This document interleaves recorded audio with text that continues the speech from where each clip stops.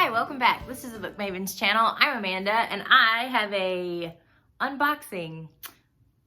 I don't actually know which one it is. So I got a Bookish box with a change of address. Some of my packages have had to be redirected and they are incredibly slow and you can't really track them when they're being redirected. Fun facts, guys. So with this one came, I'm not actually sure which one it is. It could be the most recent one. It could be one from prior. We'll all see. But let's just dive in and we'll start with the book. Okay, so it is, so it's the August 2022. So it's the August young adult box from Bookish. So it is the most recent. So it still means I'm missing an earlier one. And a pre-order that I did, but I'm keeping my eye on it, guys. Don't worry.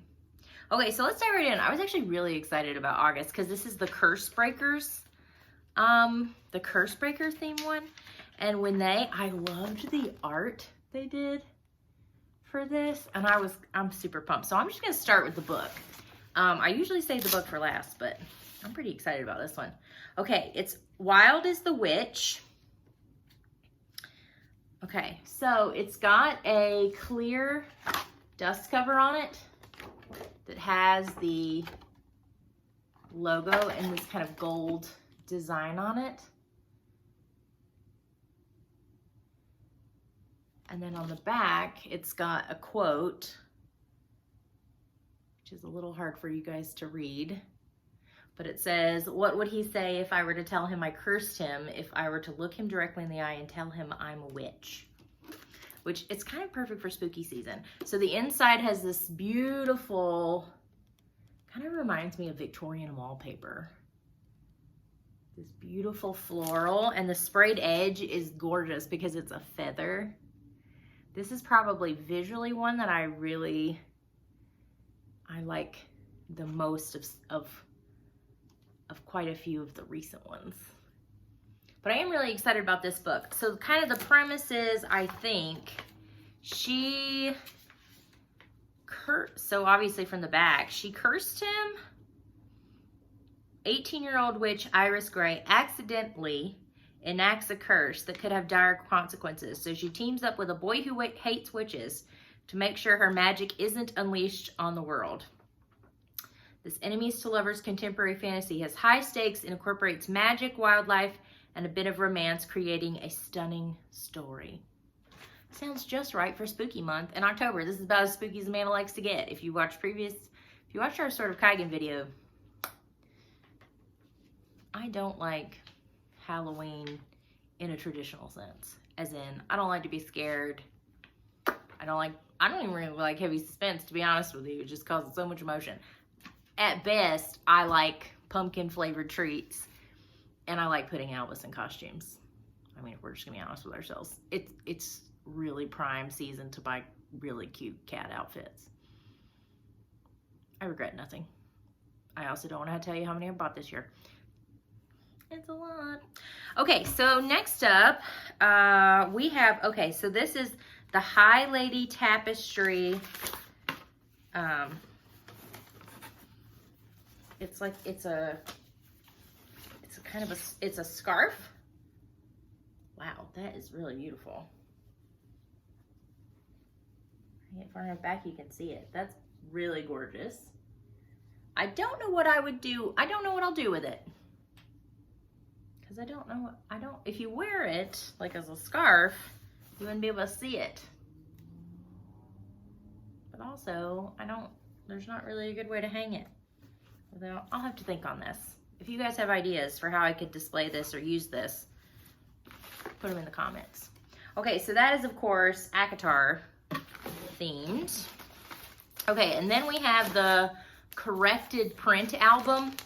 So if you follow Bookish at all, you know that there was an accidental misprinting on the Twilight art books from before. The author's last name had been misspelled. So this is actually a replacement for an item that I had received earlier. And it's just a nice album. I like that it fits the art length because I often just use those as bookmarks. These promo prints. So this is the sneak peek card for September, which also looks like it's gonna be a really good one. Okay, then we have the Bookmark Weaponry. So this series is, I know it's gonna go for the year. I don't think they're gonna take the dagger bookmarks into next year, but we are closing in on the full set. So this one is from These Hollow Vows. So it's a matte black. I really love the handle design. Let me move my hand better so you can see it. She's kind of got like a gem on the top. So this one is from These Hollow Vows. There's not like an additional quote on the medallion like sometimes there is. And it's just, it's black matte, which I like. The candle is Virgo. It's part of their Zodiac series. It features Stolas from Kingdom of Runes, and I'm probably not pronouncing that correctly. But here is the art, which is very subtle. I will say, because he's wearing like black and purple on a black backdrop, it is actually really kind of difficult to make out the detail. If I angle it a little bit, you can kind of see. There you go. Okay, so for smell wise, it's stronger than their candles, than their last couple candles have been. This one is this is what I would call a man candle. It smells like it smells like men's cologne.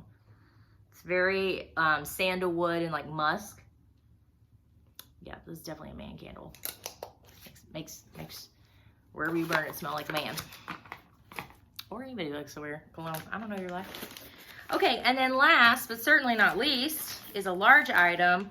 The Curse Breaker Tarot Tote Bag, which is also a Sarah J. Maas inspired merch. Wow, this is a large tote. Okay, so, wow. It's got a crossbody handle and normal handles, which is unusual on a tote bag, but I like it. I love a crossbody. It has an inner pocket, and it's got a zipper. You could zip it closed. Okay, the design is the same on both sides. Let me get fun a little bit. So let me just do a slow scroll for you.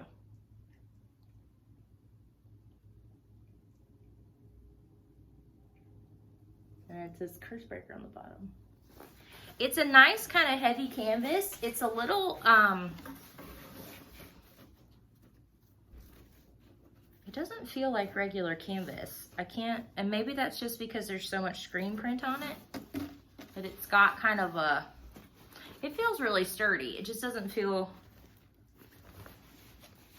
like kind of a regular canvas bag, if that makes any sense. But anyway, it's enormous, and I love the crossbody part, and it's got a strong metal fixture and adjustable length, so that will be nice. I bet I could pull a lot of books in here. And anyway, so that's it. That is the July 2020 Young Adult box. I should have another box coming at some point. Nobody knows when. It'll just be a lovely surprise when it gets here. I will say that is something I learned about Bookish Box. When you change your address with Bookish Box, it's not enough to change it like where it says, like when you go into your orders and change it. I thought that was enough. You have to actually go into any order that's been processed. In other words, so any order you've been charged for that hasn't shipped, you have to go in and manually change your address on each one, which is where my problem originates. I changed my address online, but didn't realize I had to go in and change it for each individual one. And they actually shipped 3 in kind of short succession. They were, two of them were special orders that I had pre-ordered. So 1 box and then 2 books. And one of the packages has shown up. The other 2 are still kind of somewhere. I'm keeping my eye on them. But Bookish Box was very responsive when I reached out to them about like, hey, why is this still happening? And they went in and I gave them the order numbers that were still pending and said, can you please make sure these come to my new address? And they changed it right away. They were very responsive, which I really appreciated. So that's just a fun fact. If you end up changing your address at all, you need to go into each individual order. But anyway, hope you're having a lovely October. See you next time. Bye.